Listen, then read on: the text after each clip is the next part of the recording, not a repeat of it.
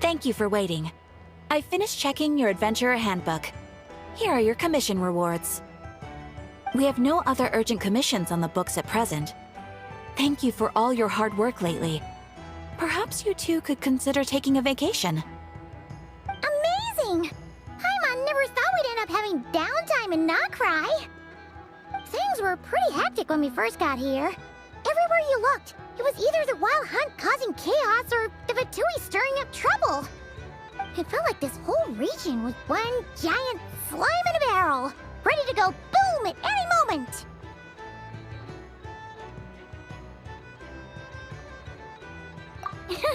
That's right! Another win for Tibet's top duo! Ah, yes. Are you two aware that the Moon Prayer Night is soon to take place? Oh, yeah! Lama told us that was coming up soon. Wait, why do you mention it, though? Do people in Nasha Town celebrate it, too? Paimon thought it was just for Moon Goddess worshippers. You're partially right. Most people in Nasha Town just see the festival as an opportunity to do business. They do not concern themselves with the religious element. The festival was first celebrated by the Frost Moon Scions. On this day, they would wear moon prayer blossoms and celebrate the birth of the moon goddess through song and dance. They would also prepare food and handicrafts and give them as gifts to others. Over time, it became Nodkrai's most lively festival. Whew!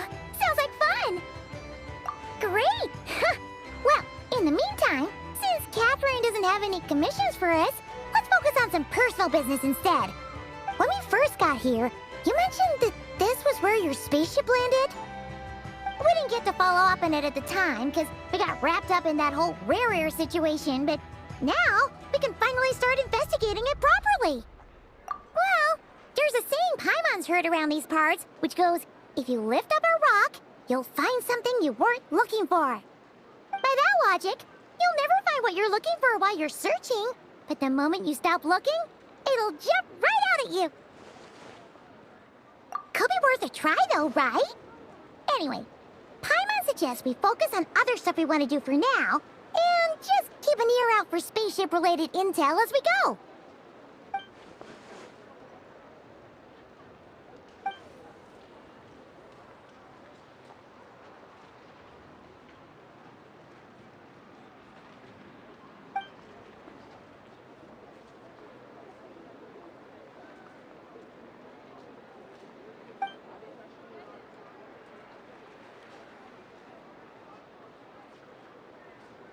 What's wrong? She looks super serious all of a sudden. Huh? Paimon gets why you'd be concerned about Columbina, but what does the doctor have to do with anything? Oh, that's true. And now that you mention it, we're definitely overdue for a showdown with the Fatui.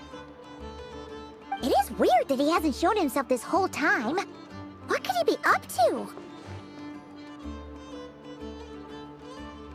True. Paimon would much rather deal with Marionette anyway. She says the meanest things, but when it comes down to it, she doesn't seem like a bad person. Maybe it's the pressure of being a Fatus? Especially as a Harbinger. Does she feel like she's gotta act tough to keep up appearances or something? But then, every time we headed out with Rarier, she always wound up having to repair Polonia and her other robots. That's gotta sting. Losing face always hurts more for people who care a lot about their image. She's probably still furious about it.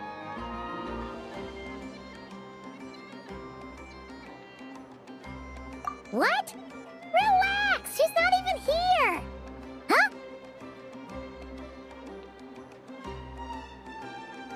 What's the matter?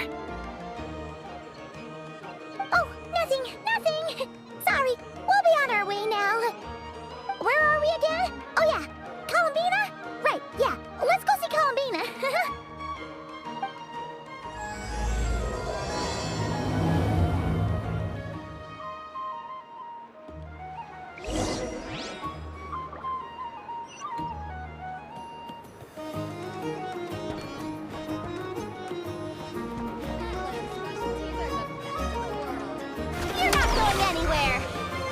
Last time this guy came over to the curatorium, he asked us to find him a secret shortcut between Nodcry and Snezhnaya. Yeah, right. Like, we'd ever share that kind of intel with him. Once they've hauled everything over to Snezhnaya, I can make a little extra by selling them. Now, dear.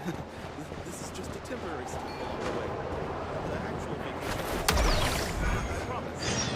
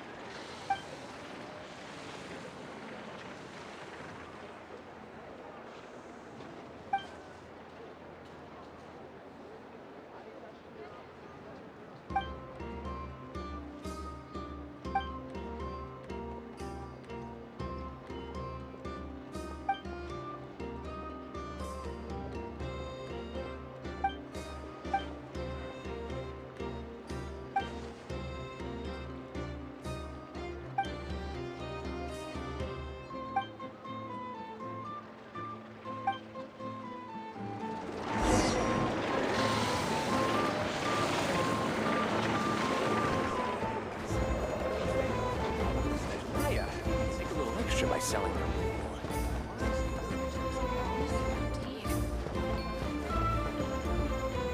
You're my target!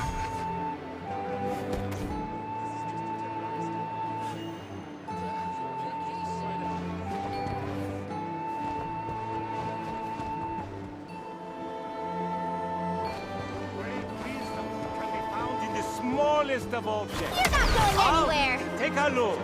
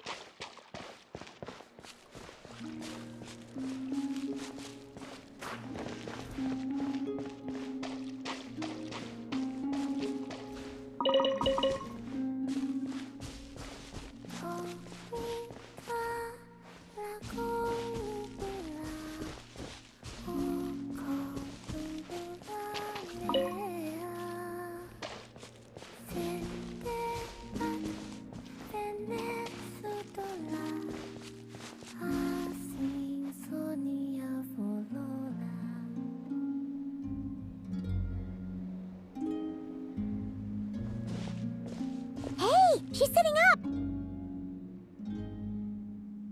Is me sitting here a rare sight?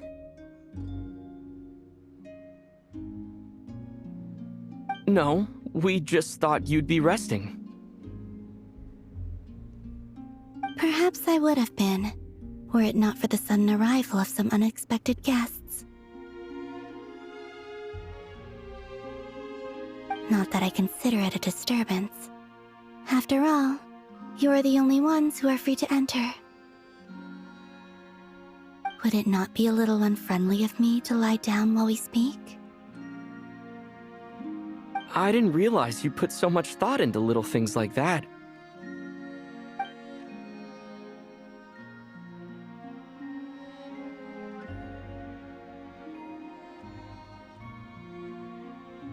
Only sometimes.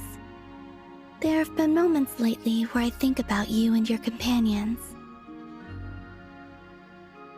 They are warm, mysterious, and cozy memories. Very few of my past memories are anything like that. They say that travelers return home bearing bags full of souvenirs. But my luggage was empty, and I believed it would stay that way.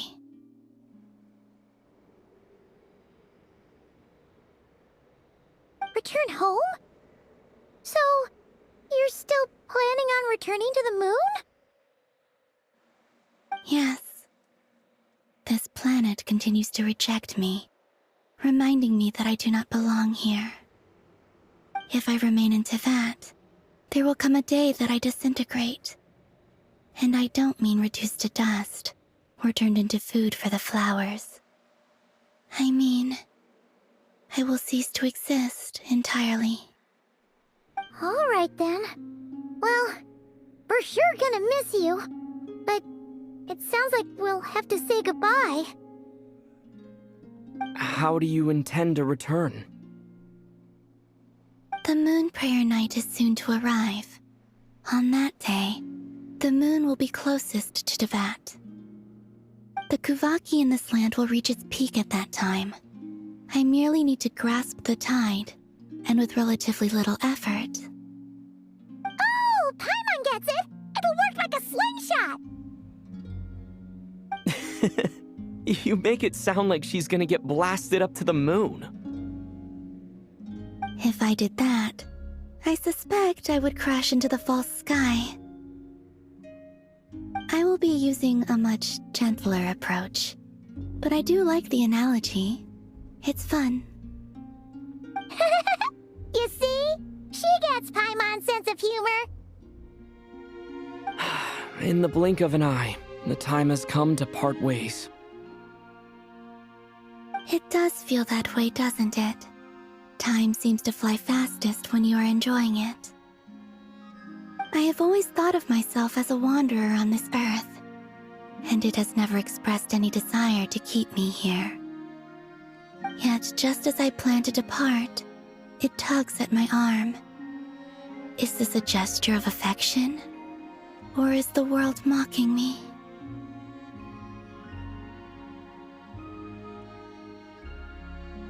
Oh. Were you hoping I can answer that? Yes. You are a traveler, so you must have a lot of experience in this area. Then, what I would say is, enjoy the moment. That's right! Don't overthink it! Happiness is happiness and joy is joy! The point is to enjoy it, not analyze it! I see. Then what I would say is, even though I am very tired right now, I am still happy. I can't tell from the tone of your voice. Oh, really? You don't think I sound happy? I'm just kidding.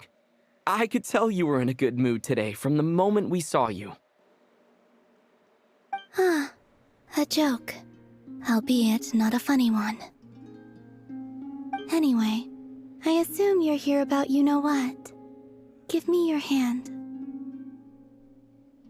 Actually, it's not that. there's something else we wanted to discuss with you. Oh. Then, do you still want to give me your hand? Or not? Sure.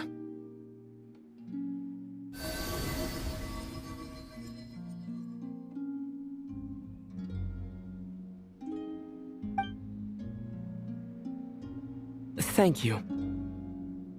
So, I've heard that in the Moon Prayer Nights of the past, people here would hold celebrations in the Moon Goddess's honor. Since you helped so much in our fight against the Rehir of Solnari, I think you deserve a farewell party before you return home. I haven't asked everyone else for their opinions on this yet, but I'd like to invite you to join the upcoming Moon Prayer Night. I've never joined a Moon Prayer Night before. I'm not sure what I would even do. Oh, don't worry about that. We take care of everything. All you'd need to do is show up. Of course, there's no need to force it if you're not feeling strong enough. It's just, this kind of felt like a golden opportunity.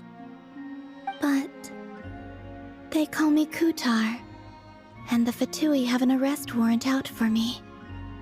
I shouldn't appear in public right now.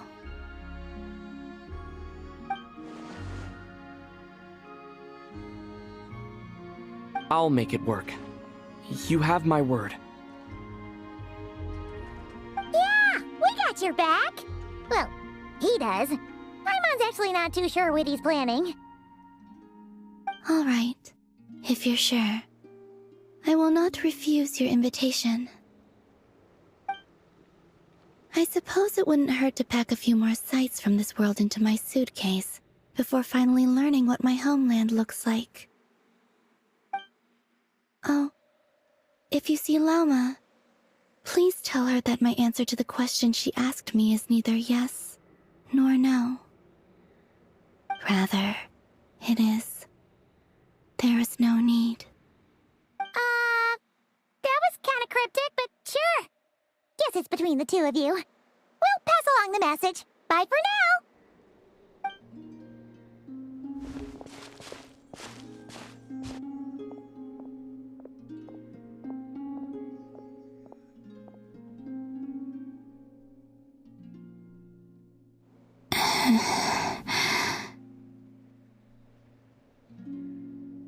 And also, I do not know.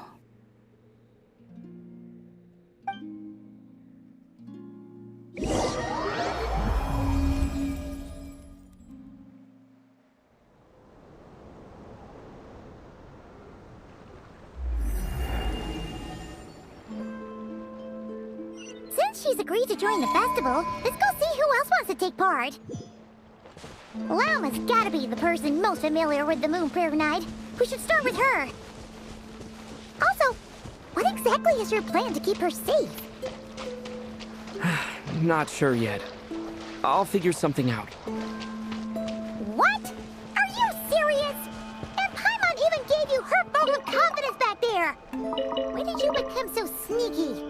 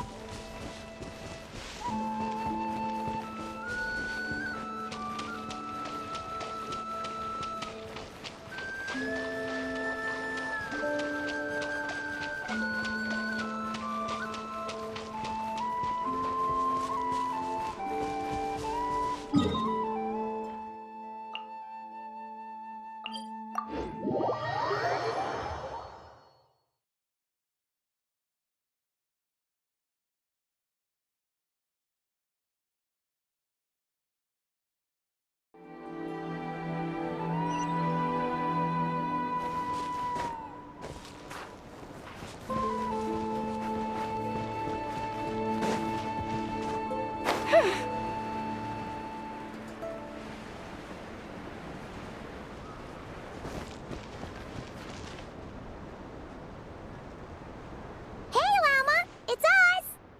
Huh? Varka? Beats me. I had a bit too much to drink last night, and when I woke up, I was on Hisi Island. Mr. Varka is helping to oversee Nasha Town's preparations for Moon Prayer Night. He is here to go over some details regarding the decorations and custom cloth designs. Right, yeah, that too. What do you mean, that too? Yes. Celebrating this festival is a long-held tradition here in Nodcry. On this day, the crescent moon at the top branches of the verdant crest turns into a full moon, and the moon prayer blossoms bloom with a special radiance. Our people take these to be blessed omens.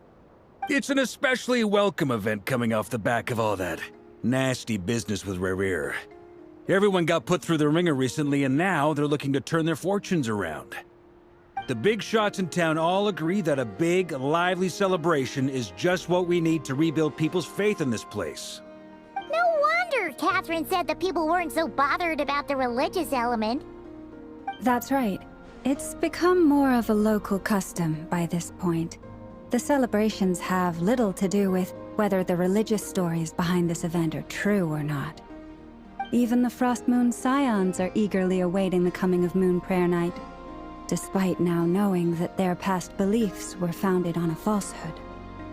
That's fair. It's a bit like the lantern ride in Liyue. It's a chance for people to enjoy themselves, not debate the existence of the Adepti.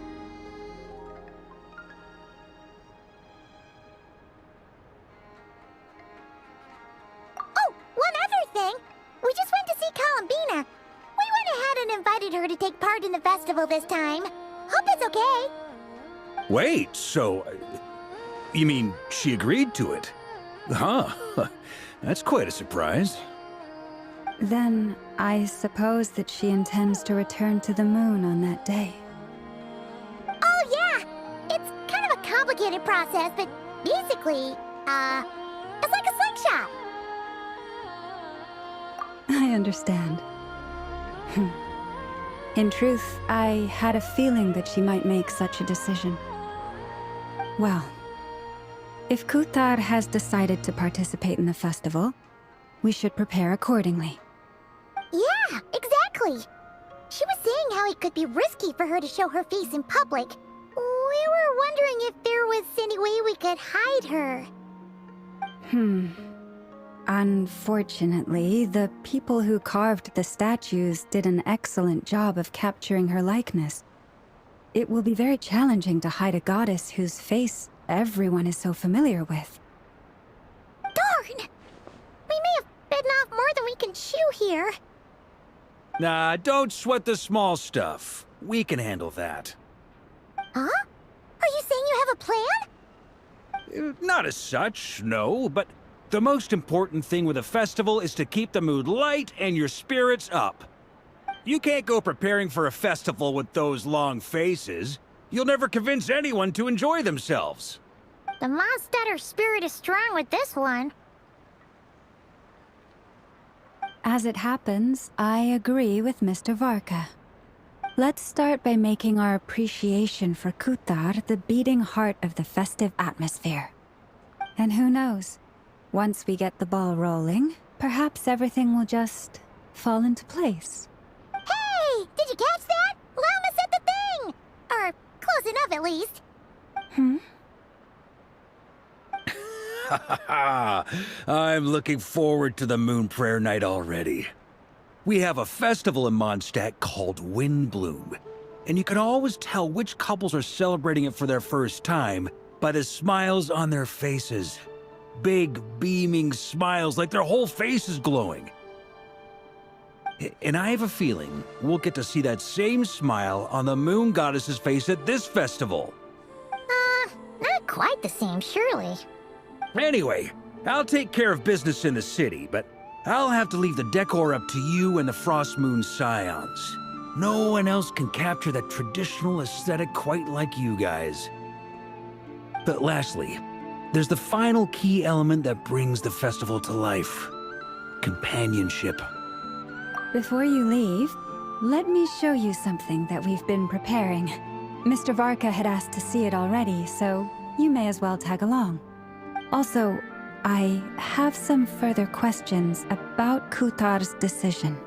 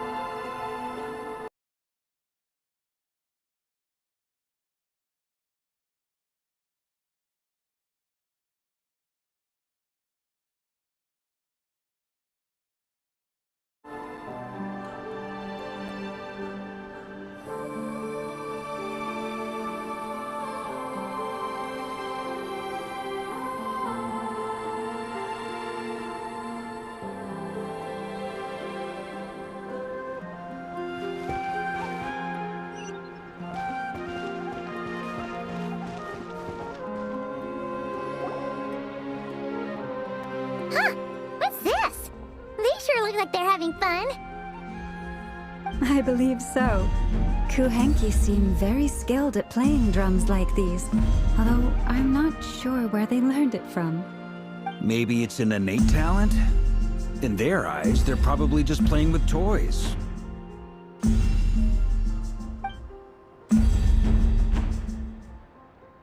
Wanatar! You wanna play too?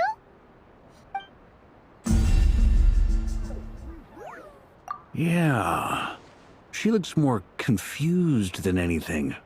Maybe we can teach her next time if we get the chance.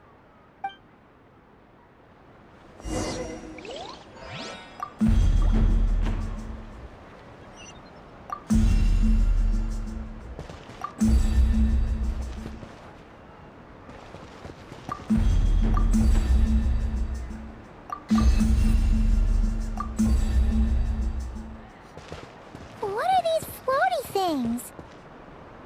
Moon veils. We hang them from buildings in the city during the festival. When you look at the sky through them, it creates a lovely misty effect.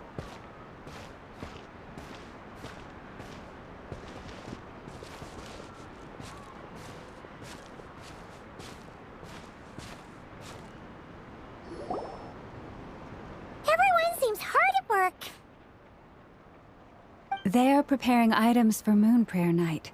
For instance, the sculpture being made over here, Mr. Varka and I were just finalizing the details of where it will be placed. Ah, there she is. I didn't know the finished article would be so large. Not to worry, though. All the necessary arrangements have been made. Just let me know once it's ready, and I'll get some people to ship it over. You have my thanks. And over here, we are preparing a very traditional confection. Oh, look at all these colors! It looks great! Can Paimon try one? Of course. I have a feeling you'll like it a lot. You bet! Sweets and treats are Paimon's favorite! If you included those in the Feast of the Moon, I bet Paimon would have joined the Frost Moon Scions by now. There will also be verdant crests like this present in Nasha Town during the festival. The timing of Moon Prayer Night is not completely set in advance. We make a rough estimate, then observe the changes in the verdant crests and moon prayer blossoms to guide us.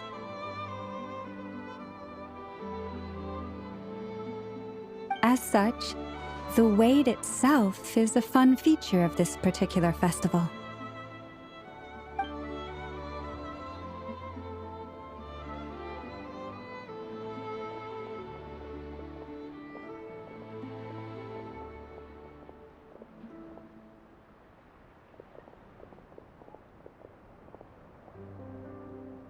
Let's talk here. To tell the truth, I am very surprised to hear that Kutar is willing to participate in the festival.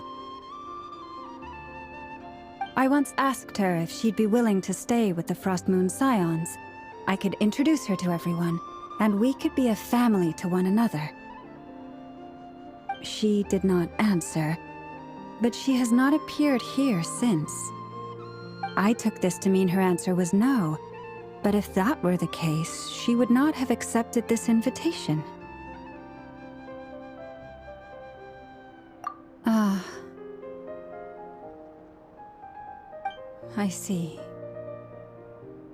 Maybe she is right. Maybe the Frost Moon Scions of today no longer need a moon goddess. But my wish was not for her to come here and be worshipped as a deity. I simply wanted to offer her a place to stay. I'm sure she believes that showing herself here might invite Fatui intervention, and as such, she does not wish to cause us trouble. But what really pains me about all this is that this is her birthplace. She ought to belong here, yet no one has been able to grant her shelter. I think I'm qualified to weigh in here. When someone's about to depart on a long trip, what they need is blessings, not burdens. We should wish her the best, not make the journey harder than it already is.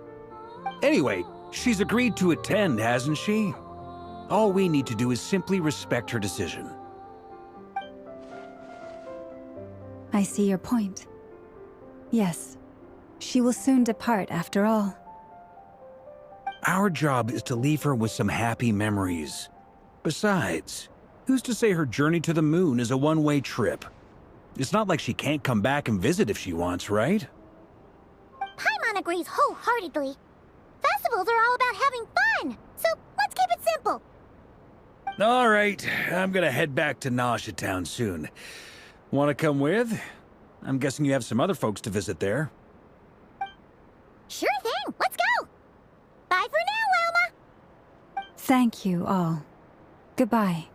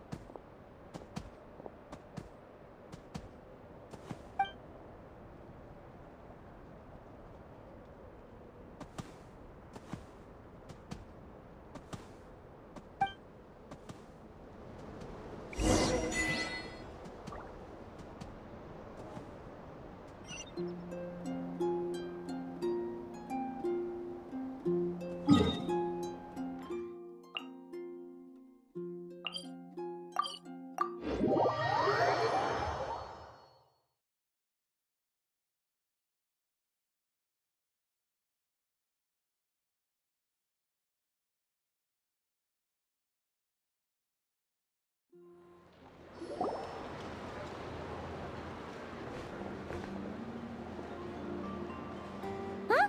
Hey, over there! It's Duran and Albedo with Flints! What could they be chatting about? Your guess is as good as mine. Ah, Grand Master, and the Traveler and Paimon. Hello there. It's been a while. Perfect. We have some new volunteers for our investigation. Wait, let me guess. The righteous Lightkeepers are finally ready to hunt down the Abyssal Dragon? Haha. Yes, that too. Yeah, right! Oh, wait! Why does everyone keep saying that too? Well, to be precise, the facts match, but not the causality.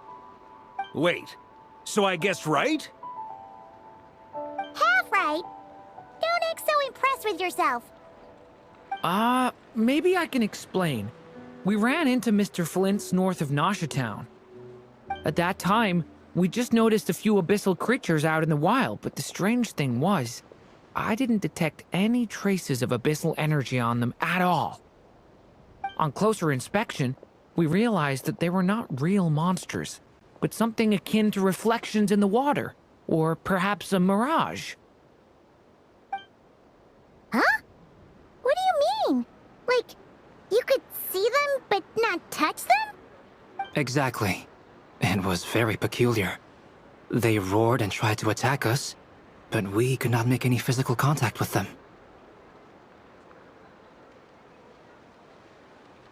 I think I've heard of things like that happening in Nodcry before, but I don't know much about it. Yes, it's a known phenomenon. Mirage-like illusions tend to appear in Nodcry in the run-up to Moonprayer Night. From a distance, they appear quite real. I myself thought that Misters Durin and Albedo were locked in battle with abyssal monsters when I first arrived. But after sharing intel and investigating a little further, we can confirm that these illusions are harmless. There is no great cause for concern.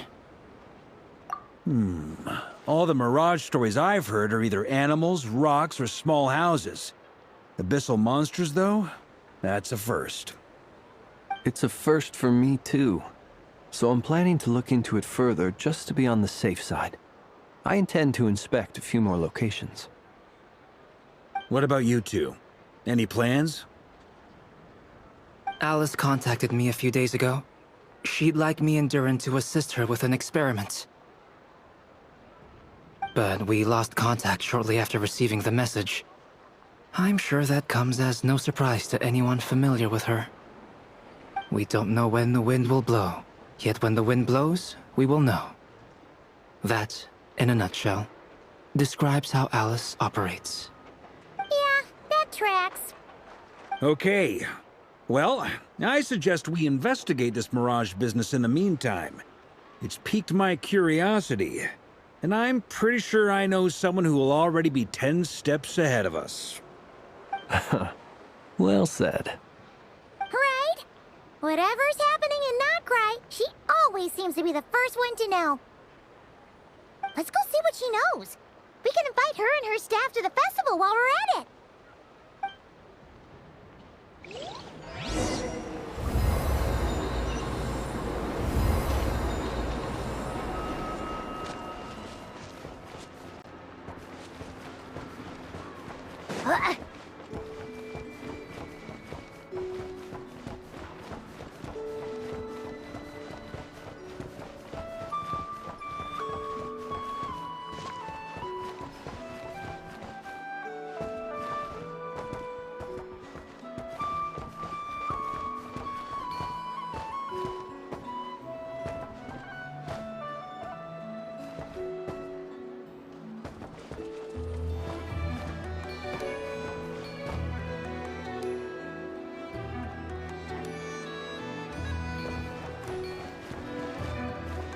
Great wisdom can be found in the smallest of all.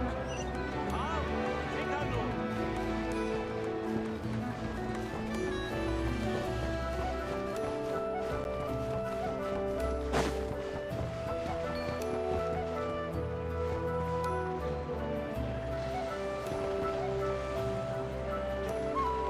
You're my target!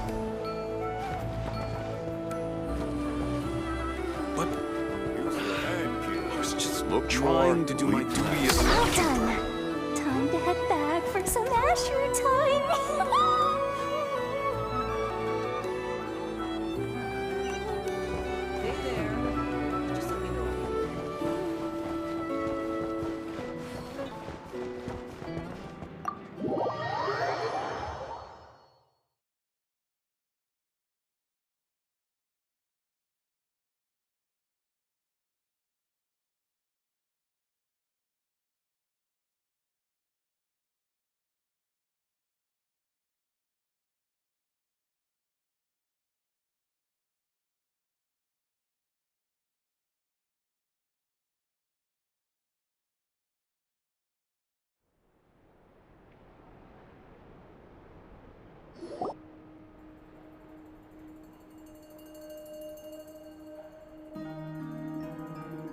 You're right, I have noticed.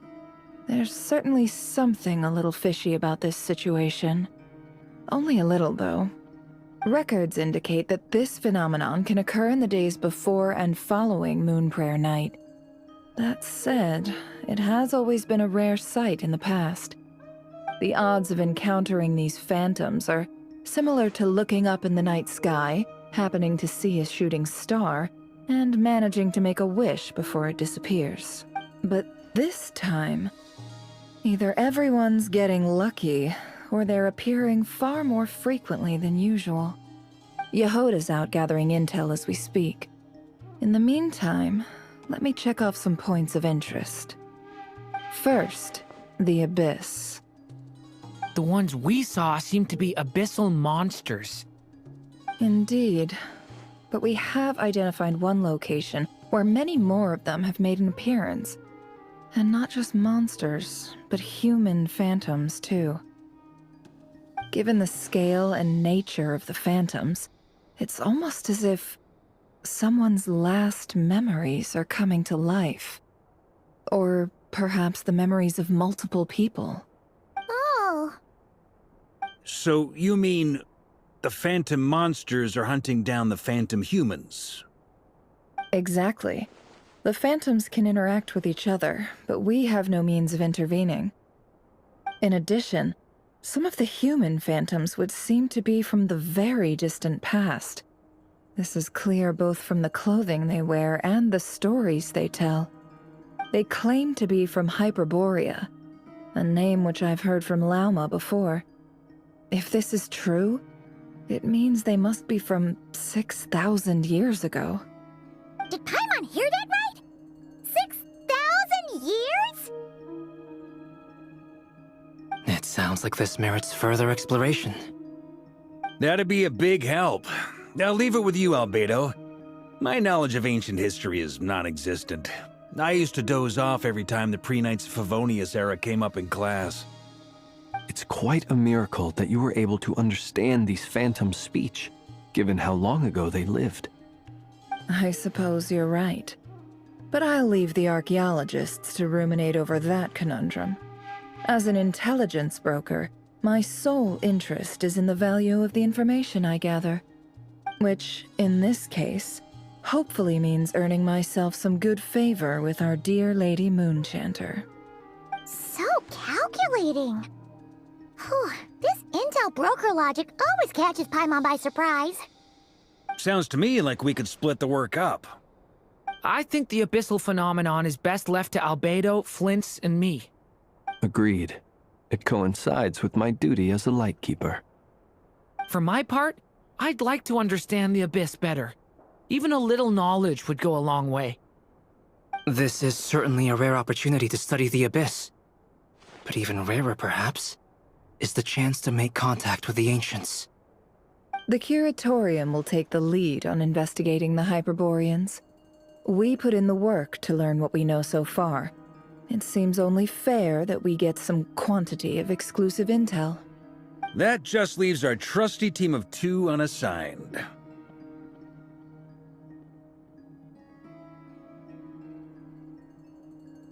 Since you became an honorary knight, of course.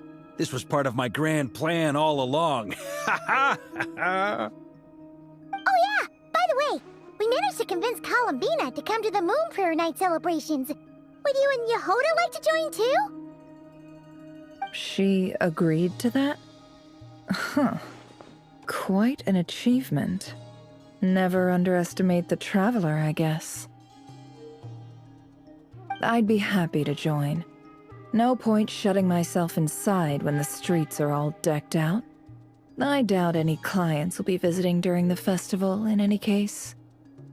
And Yehoda loves a party, so I'm sure she'll jump at the opportunity. No. No. No. No. No. No. No. No. No.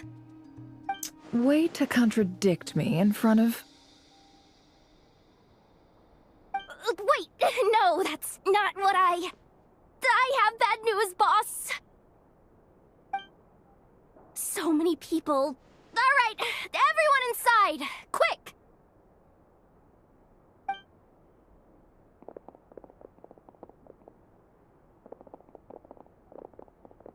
This is gonna sound crazy, but hear me out.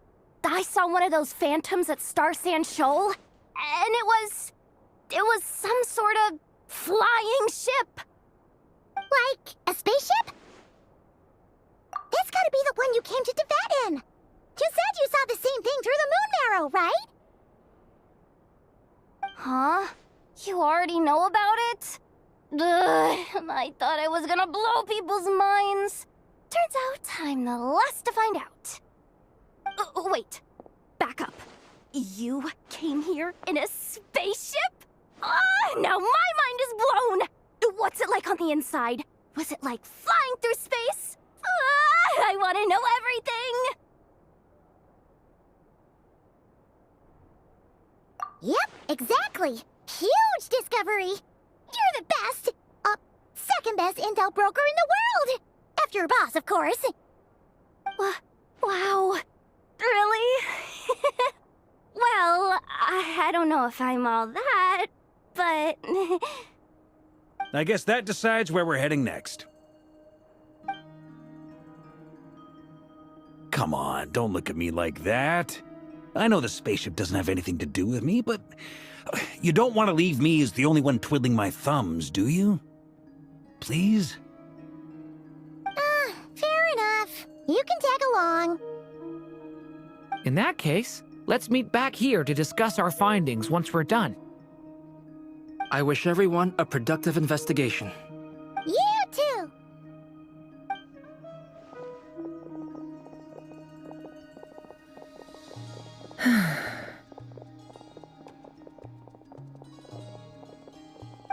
What's up, boss? Aren't we gonna head out? Tell me, Yehoda, when did the Curatorium start giving out intel for free? Oh, sorry, boss.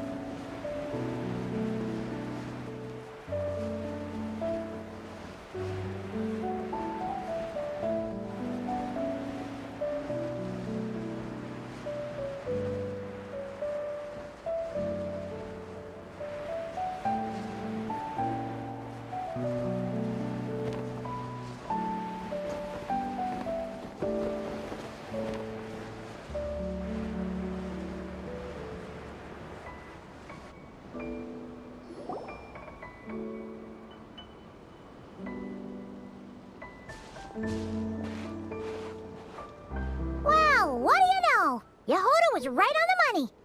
This Phantom really is your spaceship. But that's so weird. Why would it show up here? Is it some kind of projection? Or a ghost? Like, maybe it no longer exists, but somehow it left an afterimage? Ah, you're already here. Miss Lauma, what a surprise. I thought you were busy with festival preparations. I was, until one of our people informed me that a strange sight had appeared at Star Sand Shoal. No one's ever seen something quite like this before. I thought I should see it for myself. Same here.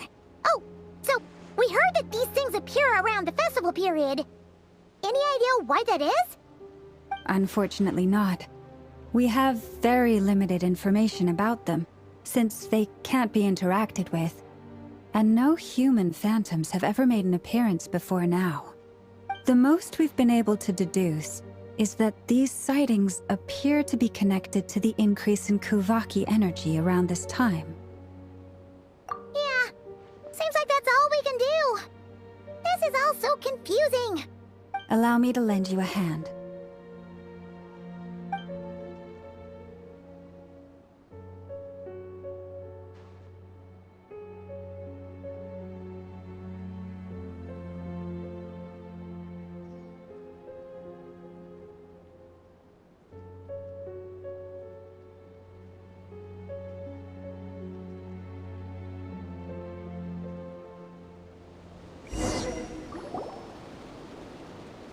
Everyone, our friend here should be able to provide us with some information.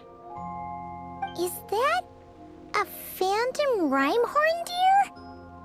I've heard about how the Frost Moon Scions live in harmony with the animals and can even communicate with them. That's coming in handy now, for sure. Okay. Yes, I understand.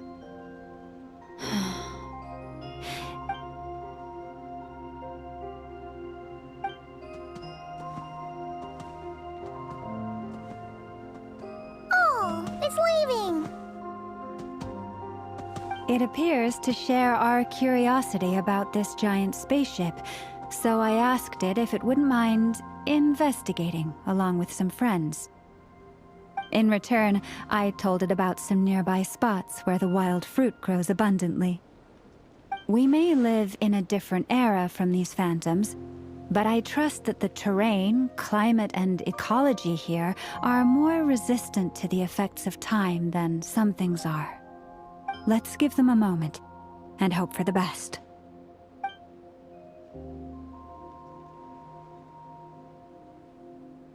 All back together? Must have been a lot of fruit. Indeed.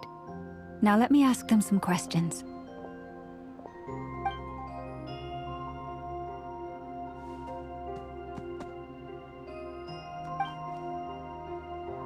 It did find a lot of wild fruit.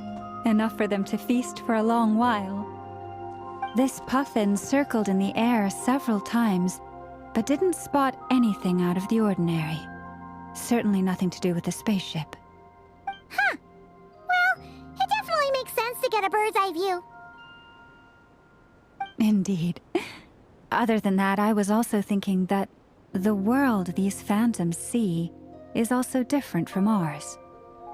Oh, I get what you mean. The wild fruit exist in both times and spaces, but there might also be things that only exist in that space-time, which we can't see. Good point. Great thinking, Lauma. Blunthorn rhinos can use Kuvaki to shift great rocks, but this one says it couldn't get that ship to budge by even an inch. The sniffer mole tried too, but despite being a skilled digger, it could not get through. They say that the spaceship looks robust and undamaged. It seems completely impervious to any and all attacks. Whatever lies within is well defended from harm. So, just like us humans, There was nothing they could do about this spaceship either. Yes. Still, they deserve our thanks. We are grateful for all your efforts, dear friends. Now go, and enjoy your feast. I've noticed some other human phantoms gathered nearby. Come on, let's go talk to them.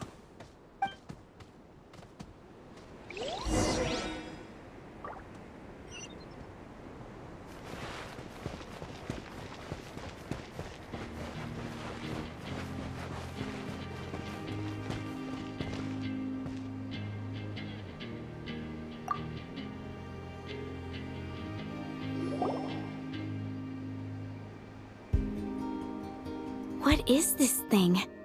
I've never seen it move, and there's no way to get inside. Goodness knows.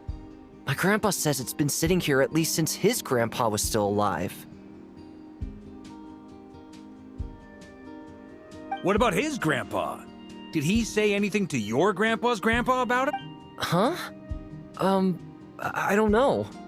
In all likelihood, it was here back then too. Hard to imagine something this huge could move. Guess that means that as far as they're concerned, this ship's been around a long time.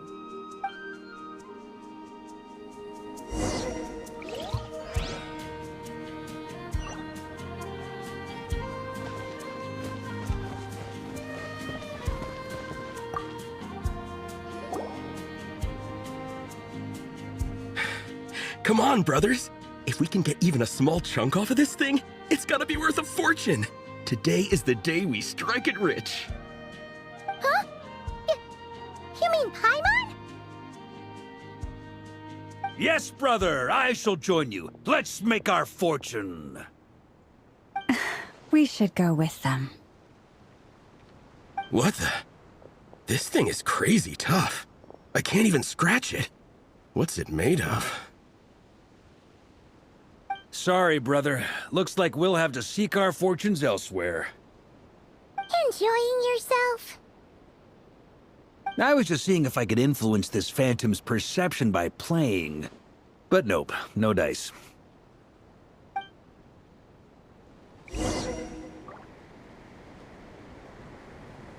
I'm sure we're all starting to build up an idea of what's going on here now that we've spoken to some of the people. These phantoms are reenacting real historical events in Nodcry. It's almost like we're in some kind of interactive stage play. We can talk to the actors, but the plot is fixed, and we can't influence it. It makes sense. History is set in stone. The objective facts of the past cannot be changed. Paimon totally thought you were just goofing around earlier. But actually, you were doing some serious investigating. Of course I was. Anyway, at this point, I think we're forced to conclude that although the Phantom spaceship is right there in front of us, we aren't going to learn much about it from these people.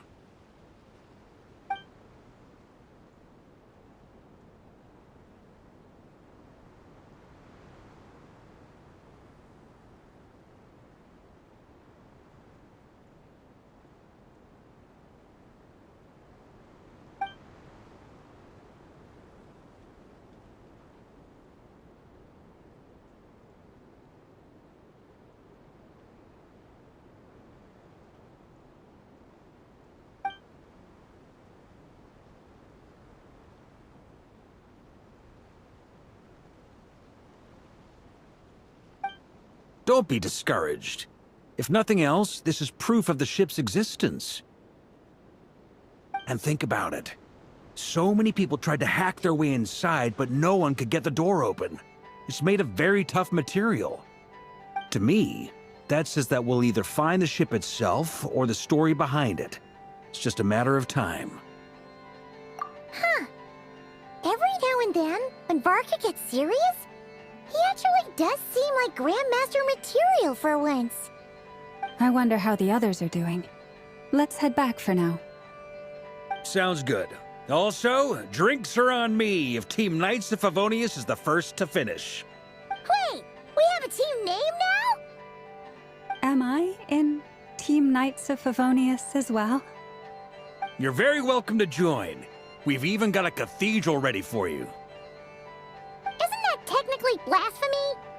You wouldn't dare make a joke like that if Barbados was in earshot.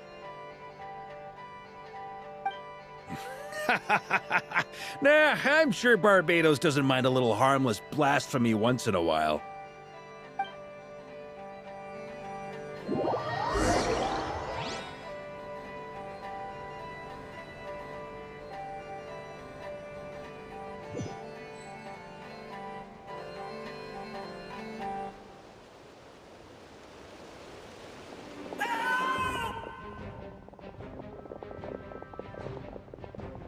Oh, no! Get away! Oh.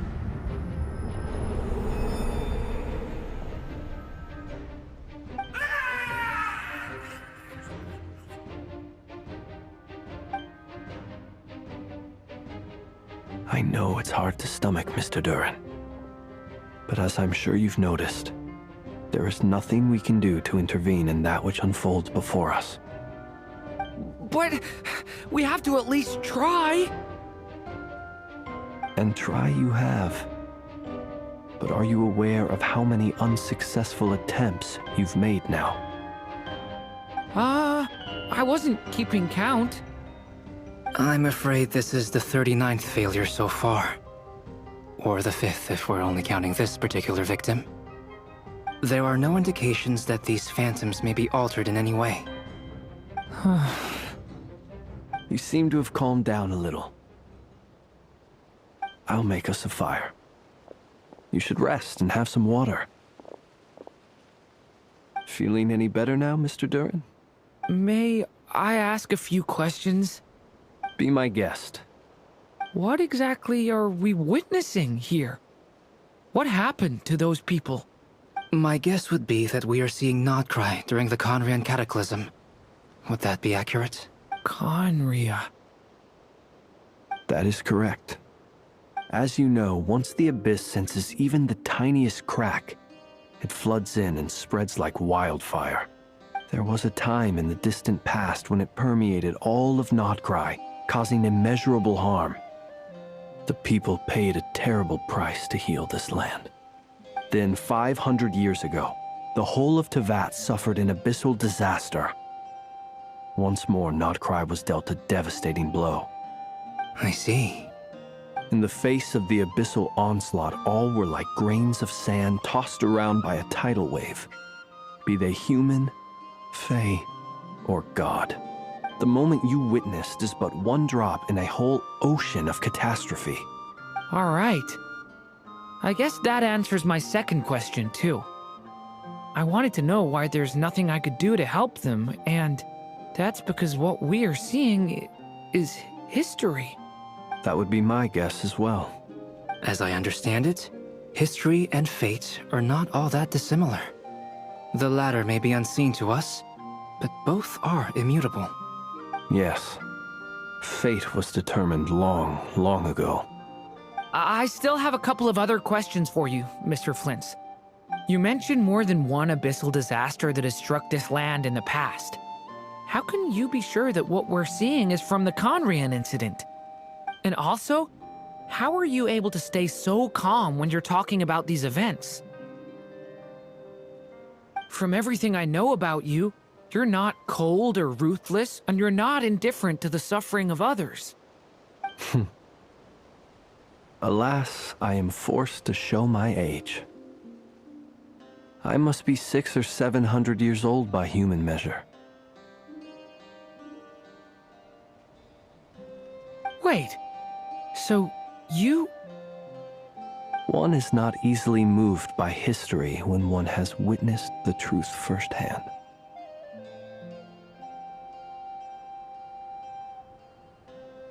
I'm sorry. You needn't apologize. Your passion is a good thing to have. Treasure it, because someday you may find it in terribly short supply.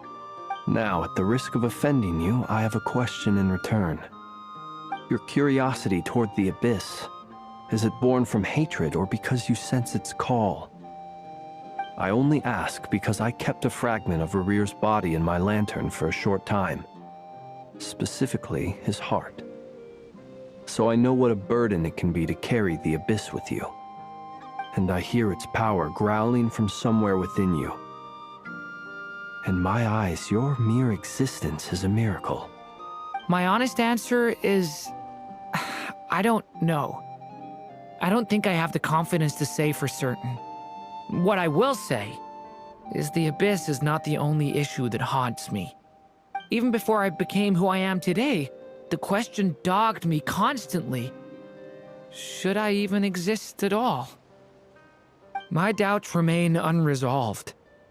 But when we fought Rerir, something became a little clearer to me. Sometimes it is the darkness within us that allows us to achieve the impossible. I certainly got the sense from your 39 attempts that you were trying to achieve the impossible. It sounds like you've resolved to see the truth for yourself. Absolutely. In that sense, he and I are quite similar. Then I wish you every success. I look forward to the day of your transcension. Well, if everyone's caught their breath, I suppose we should head back. Oh, and one last thing. I'd appreciate if you kept our discussion about history a secret.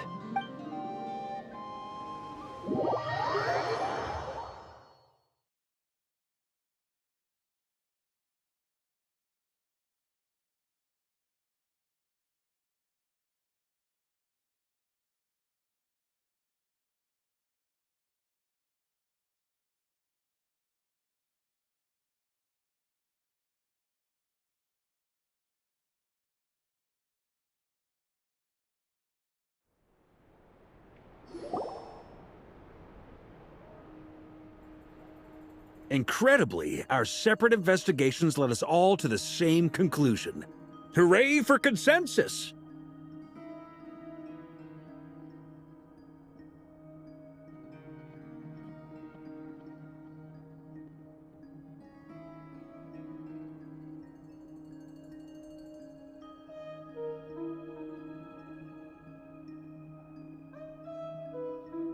Yeah, but we barely learned anything, though.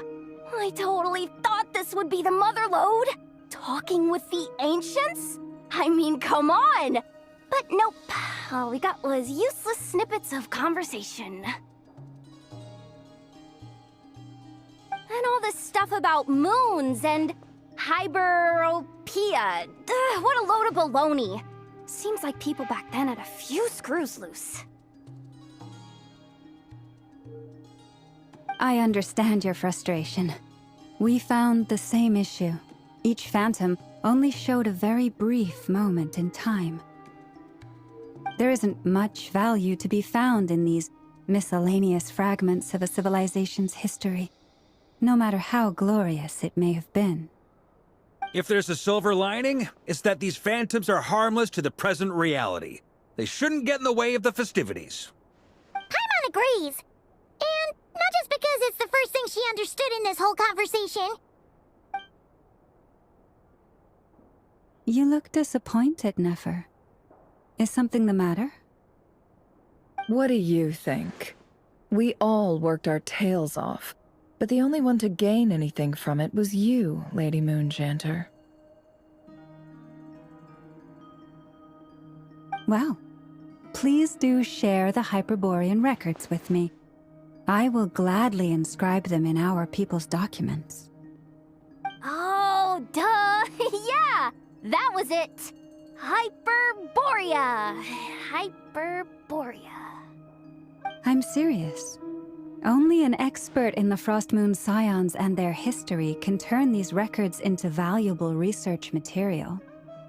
The alternative is to let them gather dust on the Curatorium's storage shelves until the pages turn yellow.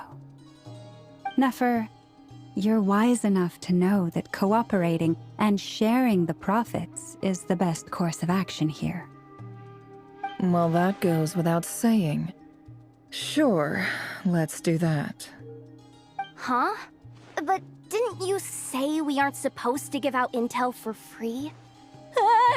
Sorry. Shutting up. Now is not a good time to push Nefer's buttons. Anyway, back to Moon Prayer Night. I'm thinking that we should prepare something a little special, aside from the usual decorations and so on. You mean a parting gift? Can't go wrong with food. Although, does food go bad on the moon? Perhaps a lantern would be a better choice. It might be dark up there. It could prove difficult to light a lantern on the moon. Magical stones might serve that purpose better. What about a clockwork mecha model from Fontaine? I've got a whole bunch at home. I use them for fighting practice in my free time. None of these sound like things she would be even remotely interested in. But we don't interact with her enough to know what she likes. Yeah. It would really save us the guesswork if someone could find out what she's into. Wait, what the? Traveler? They're all looking at you. Great! Haha, problem solved. Now, I need to stop by Dory's. Gonna need her help sourcing a bunch of stuff for the festival. Then let's leave it there for now. We all have our own business to attend to. Traveler, if you find out what Kutar likes, let us know right away.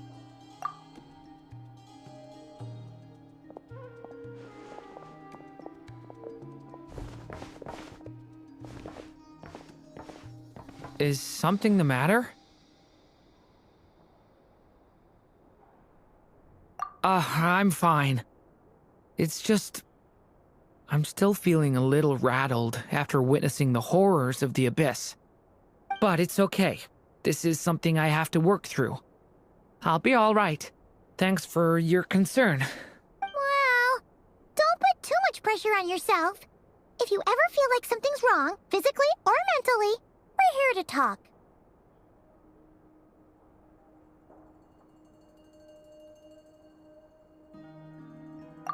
Come on. Stop treating me like a kid.